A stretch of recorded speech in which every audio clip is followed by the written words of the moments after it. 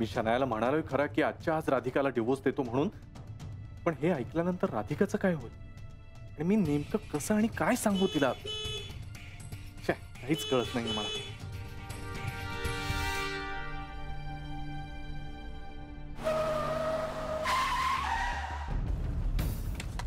ए काय रे, दिसत नाही का तुला?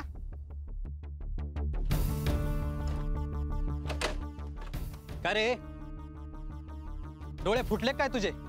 रस्ता काय बापाची प्रॉपर्टी समजलीस काय? I am so sorry. तुम्हाला काही झालं नाही ना? सॉरी सॉरी काय? जाऊ द्या ना. जाऊ द्या काय जाऊ द्या?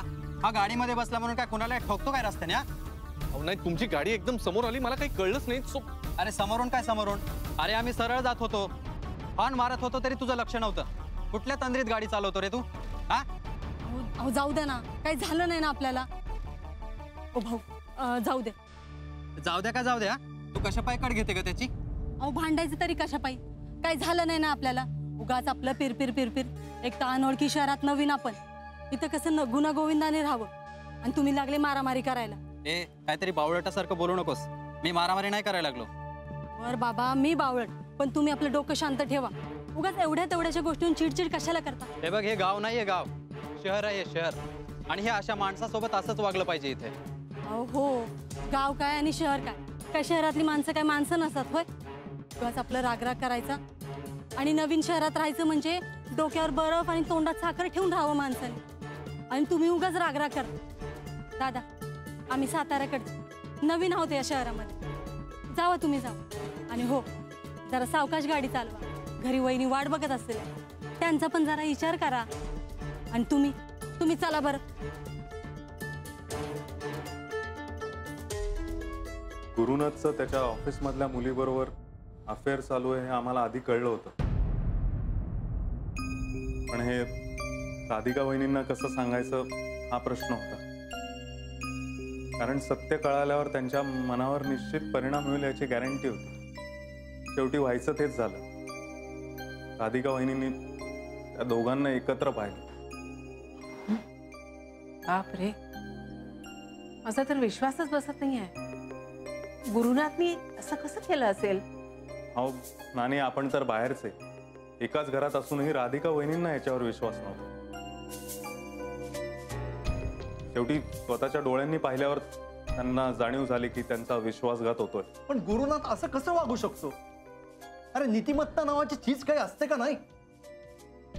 महाजनी साहेब, हल्लीच्या काळात हे शब्द फक्त पुस्तकांपुरतेच मर्यादित राहिले. तर काळाबरोबर माणसाची बौद्धिक प्रगती झाली, पण भावना मात्र गंजत गेल्या. अहो पण म्हणून काय स्वतःच्या बायकोशीच असं खोटं मागायचं?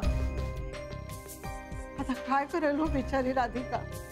हो ना, आधीच बिचारी इतकी हळवी आहे. एवढा मोठा आघात म्हणजे वेळच लागायची वेळ येईल. बापरे, वेळ लागेल म्हणजे मग सायकॅट्रिस्ट ट्रीटमेंट? बापरे, नको नको. गप्पच कर. तू वेळ काय, तू बोलतेस काय?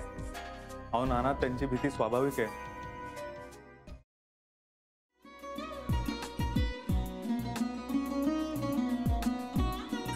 लावू का? असाच लावू ना.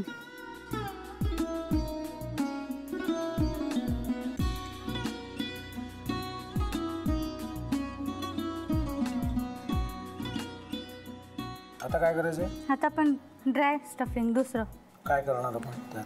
आपण ह्याच्यात मेयोनीज न टाकता बाकीचे सगळे साहित्य टाकायचे. अच्छा, हे सगळं. ऋतू, माझा तर विश्वासच बसत नाहीये. म्हणजे अगं बहिणी आमचं लग्न व्हावं म्हणून किती प्रयत्न करत होती आणि ते सगळं करताना की शिवच्या आम्हाला माहिती पुरवते. नाही, मला नाही वाटत.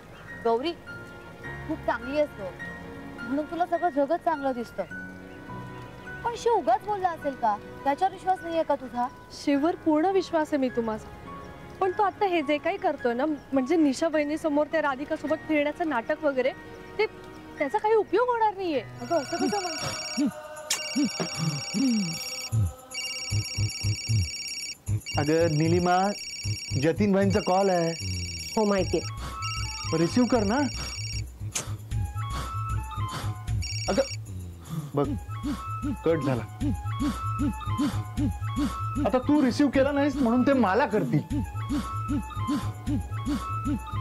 बघ पुन्हा आला बघ. घे बघू. पण हे एक ना एक दिवस घडणारच होतं.